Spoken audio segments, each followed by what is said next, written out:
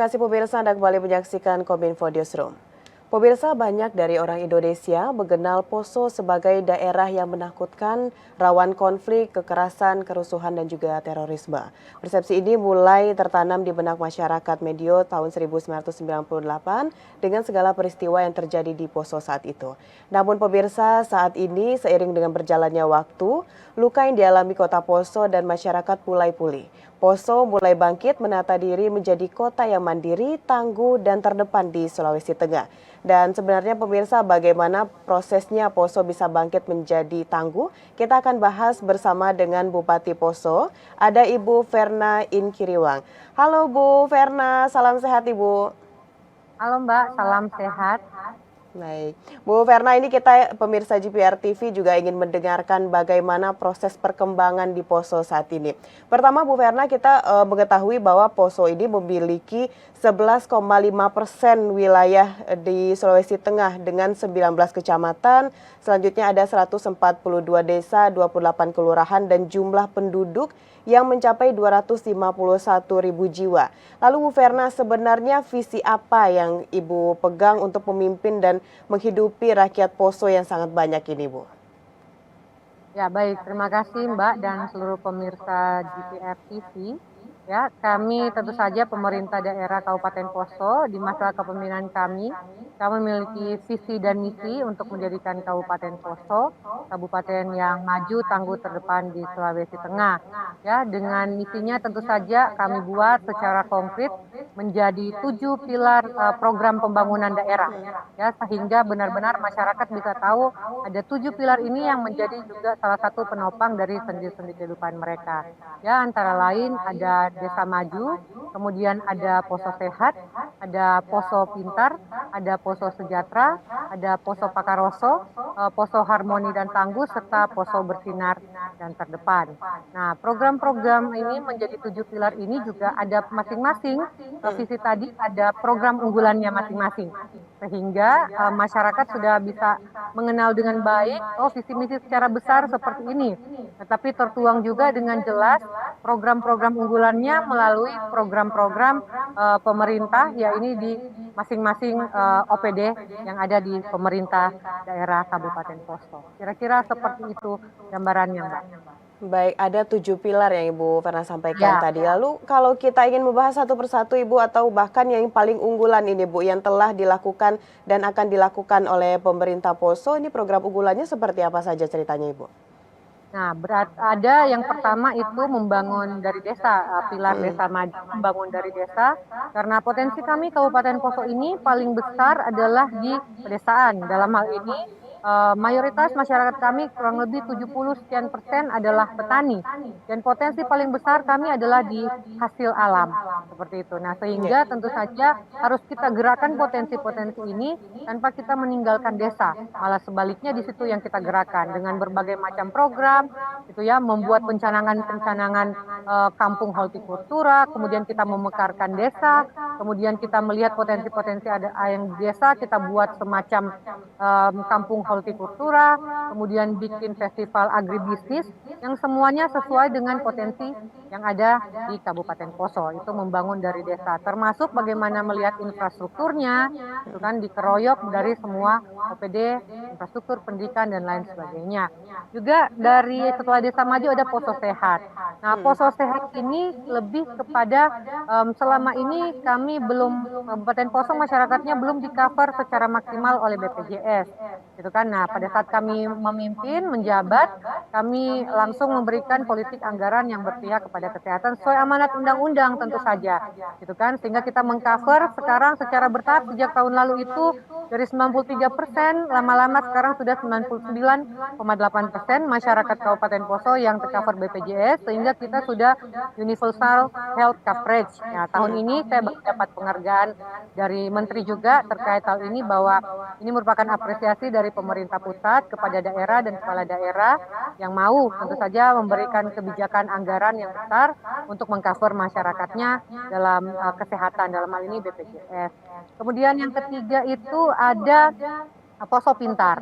Nah, Poso Pintar ini lebih kepada kami belum mampu menggratiskan semuanya dalam hal seragam dan lain-lain, gitu kan. Tetapi bagaimana kami memastikan bahwa tidak ada hambatan anak-anak kita untuk sekolah. Dulu di Poso sempat ada beberapa isu tentang uang komite, seperti itu. Nah, uang komite ini dijadikan prasyarat untuk anak-anak mau ujian harus bayar uang komite, mau ambil raport, mau ambil ijazah, gitu kan. Ada hambatan. Nah, kalau orang tua tidak mampu bayar uang komite, nggak bisa ambil ijazah, nggak bisa ikut ujian. Nah, ini saya sampaikan pada saat kami masuk, oh ini tidak boleh, ini menyalahi aturan. Tidak Ya. boleh ada satupun yang menghambat anak-anak kita untuk sekolah dan belajar, gitu kan. Nah, sehingga kami ambil kebijakan bahwa uang komite kita hilangkan, kemudian keperluan dari uang komite yang selama ini diberlakukan, kita ganti pemerintah yang bayarkan uang komite itu untuk keperluan-keperluan yang ada di sekolah. Sehingga memastikan bahwa yang ada nanti hanya sumbangan sukarela sesuai yang diatur undang-undang. Tidak ada menjadi syarat untuk yang bisa menghambat anak-anak kita sekolah hanya karena orang tuanya tidak mampu untuk membayar uang komite. Kira-kira garis besarnya Ya. seperti itu. Ya, kemudian ada program hari ini Poso Sejahtera itu Bunga Desa. Nah, hari ini saya sedang berada di Kecamatan Lore Peore, gitu kan, yang kita melakukan Bunga Desa yang ke 12 Bunga Desa yang ke-12 ya yang kita sudah lakukan hari ini dengan berbagai macam rangkaian acara yang sudah dilakukan sejak tadi pagi sampai siang menjelang sore hari ini. Nah, tadi pagi ada bincang-bincang dengan masyarakat, ada presentasi kami sampaikan, Forkompimda juga hadir. Kemudian setelah itu ada tanya jawab sama masyarakat, mendengar langsung dari keluhan masyarakat, mendengar langsung gambaran kehidupan nyata dari mereka yang ada di kecamatan dan di desa-desa ini. Kemudian setelah itu sekarang kami baru selesai melakukan nikah massal ya kepada 62 pasangan. Kemudian ini kami memastikan bahwa mereka data administrasinya sudah benar-benar bisa kami berikan dan pernikahannya sudah tercatat diakui resmi oleh negara, bukan secara adat saja dan agama, tetapi secara resmi diakui oleh negara. Jadi sekaligus tadi sudah kami berikan akte nikah, juga Ya. yang belum punya KTP diberikan dan kakak kita perbarui menjadi nikahnya tercatat. Kemudian Baik. ada juga program 500 UMKM Bangkit Mandiri. Nah, program ini UMKM kita. Jadi kita menstimulus dengan bantuan-bantuan yang ada. Kami pilih dari masa jabatan kami sampai 2024 akan ada 500 UMKM totalnya yang akan kita coba bangkitkan, stimulus, kemudian kita berikan bantuan sampai mereka bisa mandiri. Tentu saja ini kita pilih ya UMKM yang terbaik, yang memang serius dan mampu survive gitu ya, yang memang punya keahlian khusus dalam hal mereka membangun atau mengelola UMKM-nya. Kemudian ada program apa lagi ya? Santunan Duka. Nah, program Santunan Duka ini juga paling sering sudah diklaim oleh masyarakat gitu, dan ini kami berikan setidaknya untuk memastikan, karena dulu banyak isu bahwa pada saat ada yang meninggal mau pemakamannya saja agak kesulitan seperti itu kan. Nah, tentu saja kami basicnya kami berikan bantuan 2 juta rupiah, tidak besar, kecil saja, tetapi memastikan setidaknya ada peti atau untuk pemakamannya ada biaya yang diberikan ya, juga menjadi pendampingan desa untuk melakukan ini, membantu masyarakat di masa paling tersulit dalam kehidupan keluarga tersebut. Kemudian ada wifi dan internet gratis untuk daerah-daerah yang blank spot, karena di daerah kami masih ada puluhan desa yang blank spot yang tidak punya jaringan gitu kan yang masuk. Nah, sehingga ini program kami buat juga kerjasama dengan pemerintah pusat, Kementerian Kominfo juga banyak memberikan dukungan kepada kami ya, dan ini sudah kami lakukan dan akan terus kami lakukan supaya memperkuat masyarakat kami yang ada di pedesaan, apalagi yang tidak terakses gitu ya oleh jaringan internet atau informasi-informasi, sehingga harapannya mereka tidak tertinggal gitu kan dengan info-info kekinian yang ada. Jadi peradaban dan kehidupannya juga bisa maju sama seperti yang ada di perkotaan. Seperti itu kira-kira.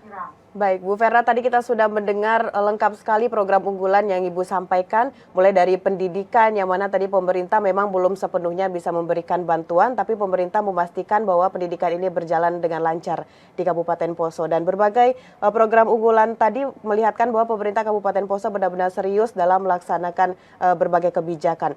Baik, selanjutnya Bu Verna, ini kita membicarakan mengenai masalah umum dari masyarakat desa di Kabupaten Poso.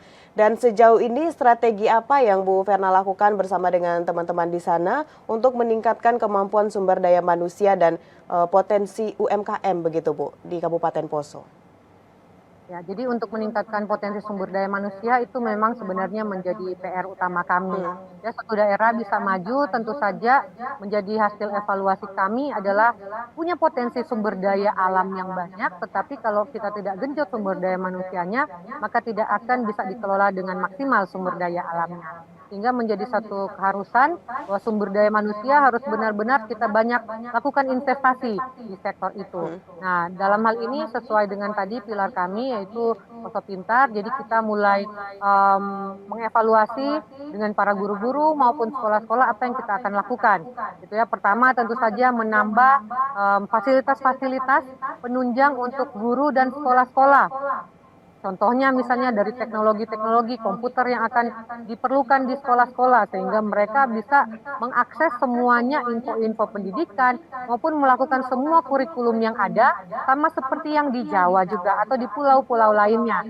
Ya, ada teknologi yang mereka bisa gunakan, bisa mengajari anak-anak menggunakan komputer dan lain sebagainya. Nah, jadi kesulitan kami kadang anak-anak kami masih agak kekurangan fasilitas-fasilitas tersebut begitu ya. Nah, ini menjadi program kami di tahun ini cukup banyak anggaran yang kami gelontorkan untuk melengkapi fasilitas-fasilitas ya baik itu secara teknologi, kemudian juga anggaran yang banyak kami berikan untuk menyekolahkan atau melatih para guru-guru kami sehingga mereka kualitasnya menjadi lebih meningkat ya, up to date semua ilmu-ilmunya tidak ketinggalan ya, bintek dan lain sebagainya dilakukan sehingga mereka menjadi guru-guru yang berkualitas itu ya, info-info terbaru semua dimiliki, kemampuan terbaru dimiliki guru-guru kami, jadi mereka bisa mengajar anak-anak kami dengan ilmu yang sangat mumpuni dan memberikan hasil yang positif untuk generasi kami teristimewa untuk 2045.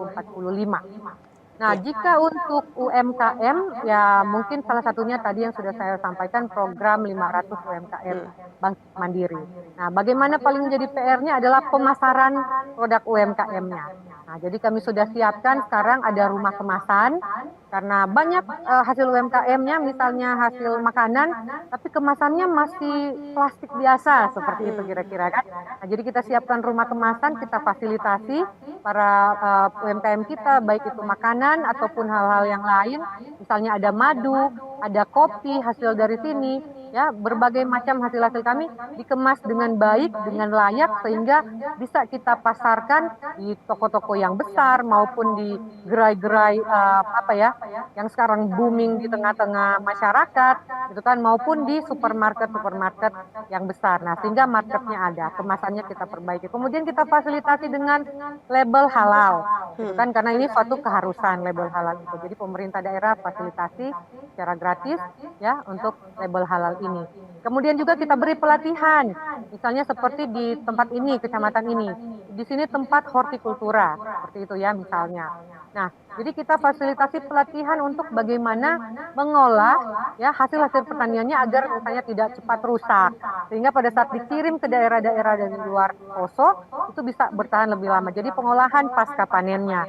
Juga misalnya banyak sekali tomat di sini, tapi kadang-kadang busuk gitu kan. Nah, kita siapkan fasilitas bikin home industry gitu ya, kita sudah berikan alat sejak tahun lalu dan itu sudah mulai berhasil. Jadi bikin saus tomat atau sambal tetapi home industry yang bisa dipasarkan untuk awal di dalam Poso sendiri. Ya, baik, memang peningkatan SDM menjadi salah satu hal yang sangat penting untuk dikembangkan di setiap daerah di Indonesia. Mungkin terakhir Bu, Ibu bisa sampaikan juga kepada pemirsa GPR TV yang menonton saat ini seperti apa Poso agar pemirsa mengetahui bahwa kalau kita ke Poso kita bisa mengunjungi berbagai destinasi wisata dan mengingat Poso sebagai tempat yang seperti Bu Vena sampaikan. Coba silakan Ibu. Ya, jadi Bapak Ibu sekalian, pemirsa semua, kami tentu saja yang ada di Kabupaten Poso, dari sini ingin menyampaikan salam hormat kami untuk kita semua. Kemudian Kabupaten Poso sekarang adalah kabupaten yang aman, yang sangat nyaman untuk dikunjungi. Kami juga punya kekuatan destinasi pariwisata dan tahun ini kami masuk dalam kalender event Nusantara ya, 110 event se-Indonesia yang dipilih oleh Kemenparekraf gitu ya, dan Poso mendapat kehormatan menjadi salah satunya yang akan dilaksanakan di bulan Oktober tahun ini. Semoga kita semua yang menyaksikan acara ini bisa mengambil waktu datang di Poso. Di Poso kita punya megalit ya yang sangat besar yang usianya paling tua se-Asia gitu ya. Itu ada di Kabupaten Poso. Kemudian kita punya Danau Poso, danau terbesar ketiga, terluas terbesar ketiga di Indonesia. Kemudian kita punya air terjun 12 tingkat gitu ya. 12 tingkat yang bentuknya seperti payung bersusun-susun juga ada di Kabupaten Poso dan berbagai atraksi destinasi pariwisata lainnya yang sangat menarik.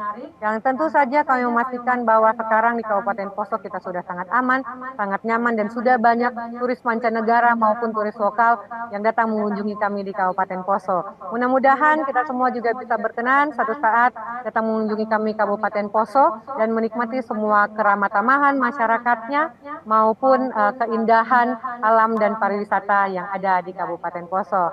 Demikian, Mbak. Baik, Poso merupakan daerah yang aman dan juga nyaman serta berbagai potensi pariwisata yang disampaikan Ibu tadi. Terima kasih Bu Verna Inkiriwan selaku Bupati Poso dan masyarakat Poso yang sudah bergabung pada kesempatan kali ini dalam Kominfo Newsroom. Kita akan nantikan lagi berita-berita terbaru mengenai Kabupaten Poso. Terima kasih Bu Verna. Selamat kembali beraktivitas Ibu. Terima kasih, salam hormat. Salam hormat. Baik pemirsa, itulah dialog kita bersama dengan Ibu Verna Inkiriwan selaku Bupati Poso. Setelah jeda pariwara, kami akan kembali dengan berbagai informasi lainnya. Tetaplah bersama Kominfo Newsroom.